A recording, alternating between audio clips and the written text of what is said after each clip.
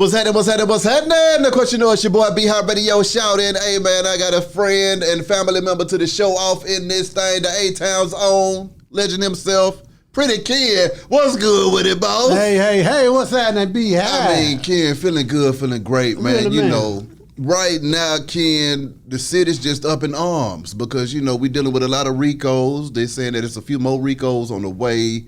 We don't know what's about to happen to the city of Atlanta, especially the rap industry as well. And I just want to know, what are your thoughts on everything that's going on? And how do you think that this is going to impact the city going forward?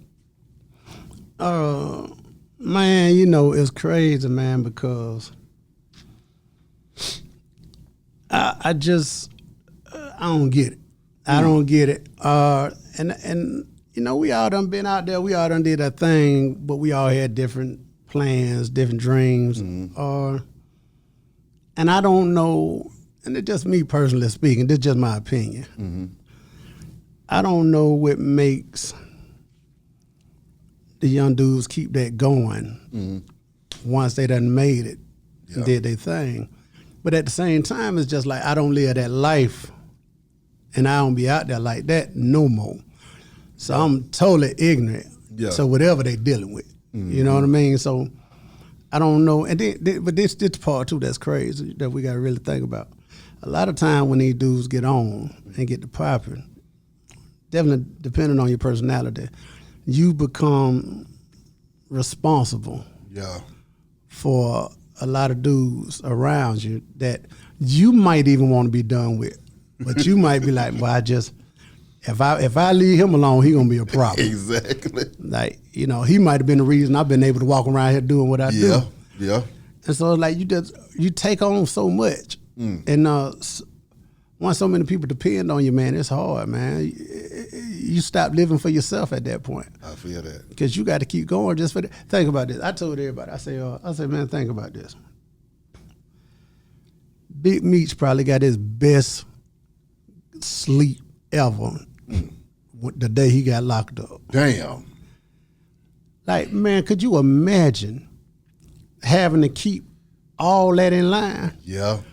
Could you imagine having to deal with some real wolves, some real lions, tigers, and bears? Dog, do you hear me? I'm talking about, man, that had to be the biggest headache in the world, man. Yeah.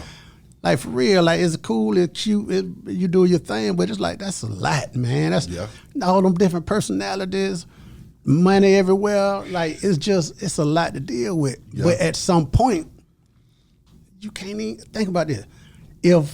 That's why I tell people, be careful what you ask for, right? So even then, just say we just talk about the dope game. Yeah. You want to be the man, right? So you meet the plug across the water somewhere. Hey man, once you go crazy, they over there funding the war. They over there funding the country. They doing something with the money that you ain't even think about doing. Yeah. You over here kicking it, cars, doing the thing, bam, bam, bam. So when you say, hey man, you know what? Man, I got all the money I need. Player, man, I'm done, man. Oh no, you know done. No, you just know, getting started, my friend. Done. You can't even get up out of it no more. So now it's like you don't put yourself in a situation where you got to go. Yeah. Even though you don't even want to. My God. Now, Ken, I done heard stories of you in your younger days throwing your weight around, sir. So explain to me how Pretty Ken was really mean ass Ken. I was absolutely foolish. I was foolish, man. Think about this. And this is real. I met my dad at 30 years old, right? And I've always had a gift. I've always had the glow. I've always been that guy as far as the confidence and knowing what I wanted, knowing where I was going. There was never a time in my life where I was just lost. That's right. Trying to figure it out. I knew what I wanted. You know what I mean? But the couple of older guys I was around kind of used it for them. Yeah. You feel me? They didn't really give me the game on how to move around and do this, do that. So I was literally figuring this shit out myself all the way through all these years. And I ain't had no mentor. Yeah. I ain't had no mentor, but I had a bunch of niggas depending on me at a young age. So all I knew was I got to go make this shit happen any type of way. So I ain't have control of my emotions, and I ain't have no tact. I ain't have none of that. It's like, nigga, fuck you, let's go. What the fuck we doing? Like, you bullshitting. And I've always, my game was always to just speak my mind. Yeah. So if I'm sitting across the table with somebody in a negotiation and they might say something where I see they trying to be slick or bullshit, and I'll be like, man, go on with that bullshit. Yeah. That ain't, man, get the fuck on with that. You know, that ain't it. And I shouldn't, but I ain't know. Like, I honestly didn't know. So I was moving. Man, Quavo, you remember Quay? You know Quay, don't you? Yeah. Man, I'll never forget this. Probably about 2-3 years ago, me and Quay were kicking it, and Quay said, hey, man, you know what's crazy, man? I used to come over there, man, when I used to come over your house. I used to feel so bad for you.